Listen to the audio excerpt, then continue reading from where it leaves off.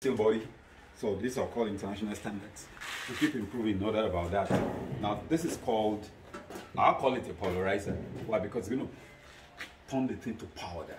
Powder that even some of our little girls can think of getting a pancake out of it. But that's a joke, by the way. Now, for those of you who want to get your food into finest powder, now this is the deal. Now they call it plate meal. Why? Because I like to call it pulverizer because it uses plates, you know, to grind anything until the whole thing is beautiful. The sound is uniform until it comes to finest powder. Unlike the hammer mill, that once you put the stuff in there once and it's out that mini fine, you cannot put it back again. But this guy, you can go ahead, this machine, you can go ahead and first time, second time, and you get the finest of powder. And by the way, if you look at the bill again, it's normal machine about 12 parts or one part. 2.5. About 2.5, yeah. Well, except priming electric motor, and you can put the stuff in the petrol right here. So we're going to demonstrate this now to see how you can get the finest powder, and that's the secret of getting the food out as a floating feed eventually. So we get cracking the porcelain and get cracking for the operation. We must start to put it down.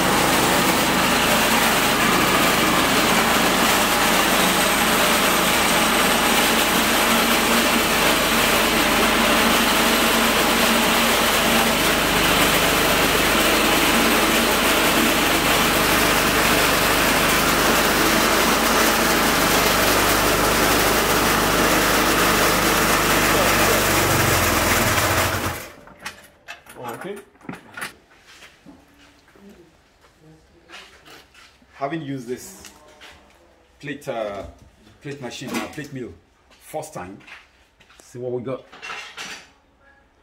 When you compare it with the hammer mill is still finer. Now what's the difference? Now, like I said earlier on, this plate mill that pulverizes, it has an advantage that it can do a wet mash. But the hammer mill cannot do a wet mash. And why? Because a wet mash will not be able to, anything wet cannot pass through a mesh as fine as this. And that's what is inside that made us get this quality of fine mix. Because we have a mesh like this right in there.